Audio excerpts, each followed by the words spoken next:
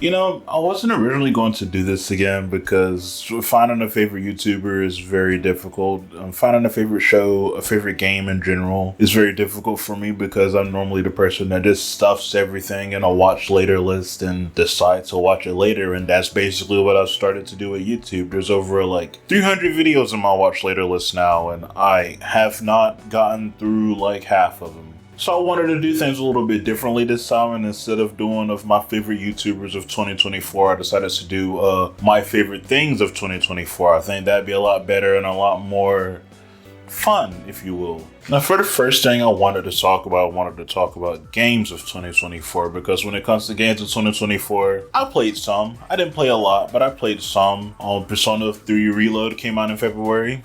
I started it. Final Fantasy VII Rebirth came out in February. I started it. So obviously this isn't about any of those games because I didn't finish them yet. The first game I want to discuss is Digimon Story Cyber Sleuth. I really love this game. I bought it maybe in like 2021, 2022, and I finally started playing it a lot last year. And it's probably one of my most addictive JRPG journeys I've experienced so far. And honestly, that mainly comes down to how they handle the Digimon in there. They use them as random encounters, and the more Digimon you see, the more the data thing increases to the point where you can scan and create your own Digimon. So you have to encounter a lot of Digimon, and once you have a certain amount of Digimon in there, you can force encounters. I really like playing this game. I'm addicted to the game loop, basically. And it's really cool that they're going to continue this, assumingly, because it was recently announced that Digimon Story Time Strangers is going to be a thing, and I'm really excited for that. It doesn't matter how many Digimon is in there. If it's a really fun, if it's the same gameplay, I'm down. I just really like this game and I'm really addicted to it. I'm only 30 hours in and not even halfway through yet, and so I've just been enjoying my time anytime I get the chance to play it. Another game I finally got around to playing is Persona 5 Royal. Now, I have played Persona 5. You guys all know that I've played Persona 5 because I did a video a long time ago talking about it. But I never got around to finishing P5 Royal. I think I got to Akumura's Palace and just kind of stopped for a little bit. So turning it back on last year was really fun. I finally got to experience what the third semester was like. Finally got to see Kasumi. I'm not going to spoil you guys. Finally got to experience Kasumi in her full form and glory, knowing her backstory now. Fighting Maruki. Oh my god, what he did with this palace was insane, right? It was a really fun experience, and I really like how they handled Maruki's palace. It was very reminiscent to how they handled Kamoshido's palace, so I really enjoyed that. I really enjoyed my experience with Persona 5 Royal last year. The only other game I have on the list is Tekken 8. Now, I haven't went back to this game like I have the other ones so far, but the little bit that I have played of this game, I really thought the gameplay was really addictive and it was really fun going in ranked. Me and ranked don't normally go hand in hand a lot of the times, but when it comes to a fighting game, I really feel like it's fun, especially early on in the beginning where everybody's learning how to play. Sadly, I do feel like I have an advantage early on, and that kind of leads away towards the end of my journey playing ranked, but it's fun nonetheless. And that's no different with Tekken 8. I really liked jumping in with June. Fun character. But yeah, Tekken 8, it's fun. Try it. I really like the customization as well. Oh my god, that's so sick. Being able to just customize your character however you want to. There were some shows I finally got around to watching as well. If you follow me on It Scooter 2, you know about some of my journeys going through the last year of watching shows, but you don't know all of them. Well, let's start with the ones you do know. Some of the ones that I thought were really fun that I watched. Suicide Squad Isekai is probably one of the most fun I've had watching an anime in a long time. And I've been watching anime since I was a kid, so it feels like a long time to me at least. But that does kind of lead to a show that I didn't talk about in 2024 that I also thought was really fun. Dandadan. I watched Dandadan in 2024, and my god, is that one of the most insane shows out there. I had no idea what to expect when it came to Dandadan. I don't like comedy anime that much, but I do like to laugh, and this is actually kind of funny just from the absurdity of it all. I feel like that's one thing comedy and anime can do really well, is the absurdist humor. I think of something like a Nichijou, which is just super absurd, and I love that show. Dandadan is doing it in a similar way, but in a more like supernatural sci-fi-ish type of way. And it's just some of the most fun I've had, mixed with like high school romance drama. It's just fun and funny. It's cringe and funny. That's the best way I can explain Dandadan to anybody, with a good opening. Dandadan is a very popular show, but another even more popular show that I got around to watching this year is JJK, Jujutsu Kaisen. I watched season 1 and I watched season 2. Now when it comes to a lot of newer shonen anime, I don't really watch a lot of them. I dropped My Hero after 3 seasons, and I dropped Black Clover after like 50 episodes. I don't know. I can't get into shonen anime like that. I'm also the person that casually watches Demon Slayer, so I don't know. I don't know what to tell you. When it came to JJK, I wasn't sure how I was going to take it. I liked it, but I didn't know if I loved it until about 8 episodes into season 1, and things just turned up and they started beating up Mahito like crazy like, and I'm like, hold up a second, this actually might be gas. And then I started getting into the characters more and getting into the lore more, and then season 2 started with a backstory, and it just got me invested into a lot of what JJK was trying to offer me in season 1. I think season 2 did a good job in showing you that it's a lot more than what season 1 offered. The last show I have on my 2024 list is Invincible season 2. Season 3 is airing now while recording this, but to paraphrase what I said on the other channel, I think Invincible season 2 took what was working in Invincible season 1 and made it better. You don't have to explain to me anything now. You just give me all the character drama and all of the tension and stuff going on within there, and that's what season 2 offered me, and I really liked Invincible season 2 a lot. And we're ending this off with the YouTube category, with the content creator category at the end, instead of at the beginning or throughout the entire thing. We're ending this on the content creator category. And I want to start off by talking about TikTok. The only 2 people I'd say I really have enjoyed on TikTok is SantiZap and Xeviuniverse. 2 completely opposites of the spectrum, but let me explain. SantiZap is a wrestling content creator. He does a lot of wrestling content, and he got big on TikTok for his reactions towards WWE stuff. And that's kind of how I keep up mostly with WWE outside from the PLEs. It's just from his reactions and other people's reactions towards stuff like that. It's really fun. I really like watching something with somebody. It's like watching with a friend.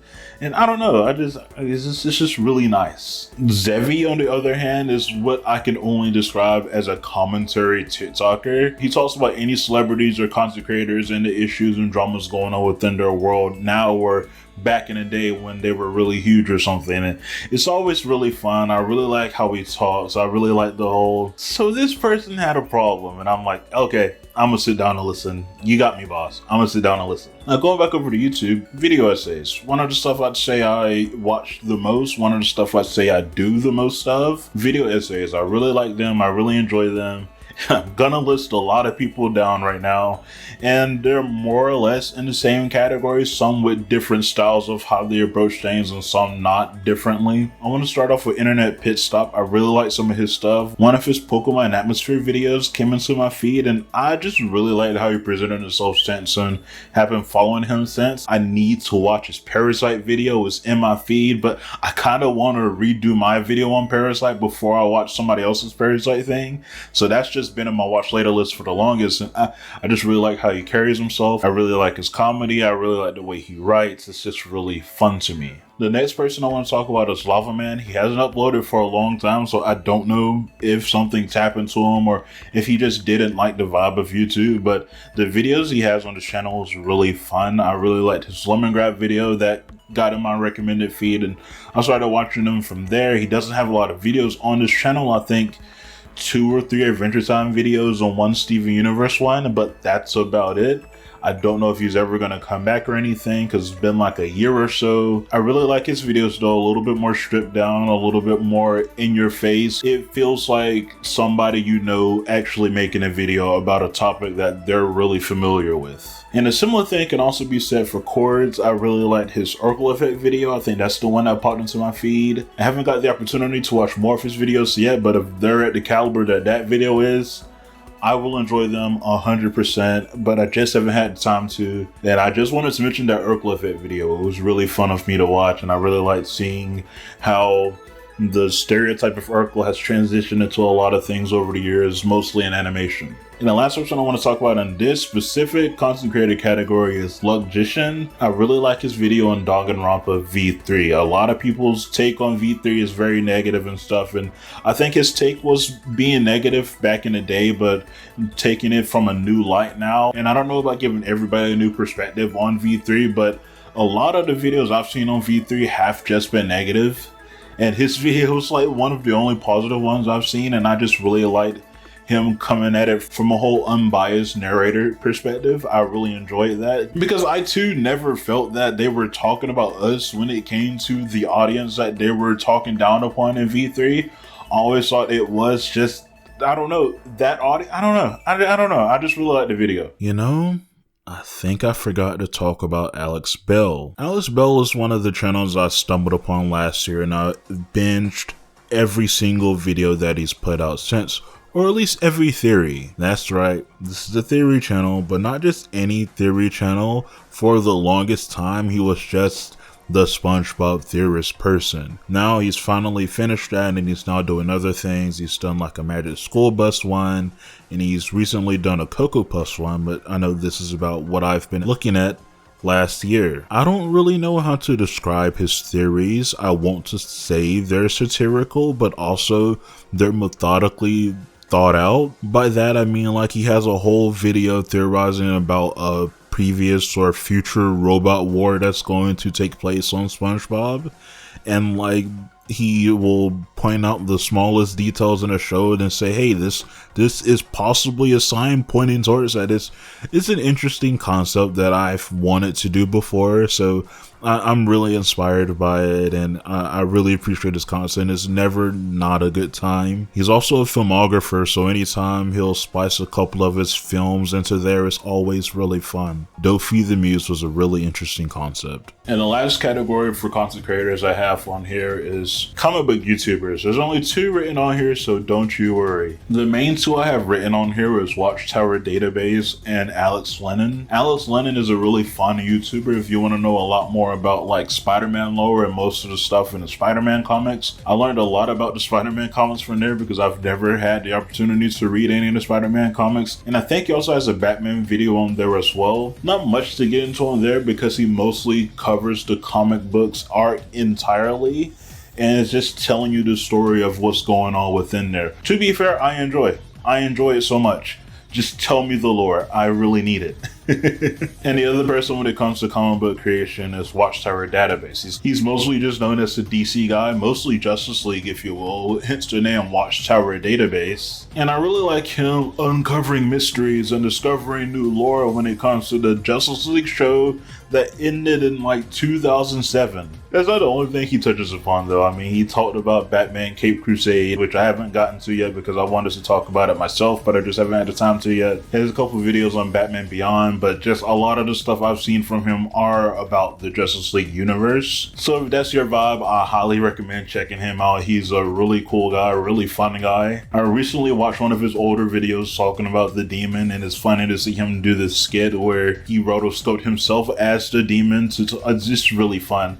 I highly recommend him. I'm not trying to spoil any of his videos. Just you go check it out for yourself. But yeah, that's basically it. These are my favorite things of 2024. What were your favorite things of 2024? Let me know in the comments down below, and I'll get back to you guys as soon as I can. Tell me if you like this style. Tell me if you want more of this style. Let me know. I'm trying out the green screen again. I haven't used this since like 2019, 2020. It's been a long time. But yeah, with that being said, I'll see each and every one of you around next time. Okay. Goodbye.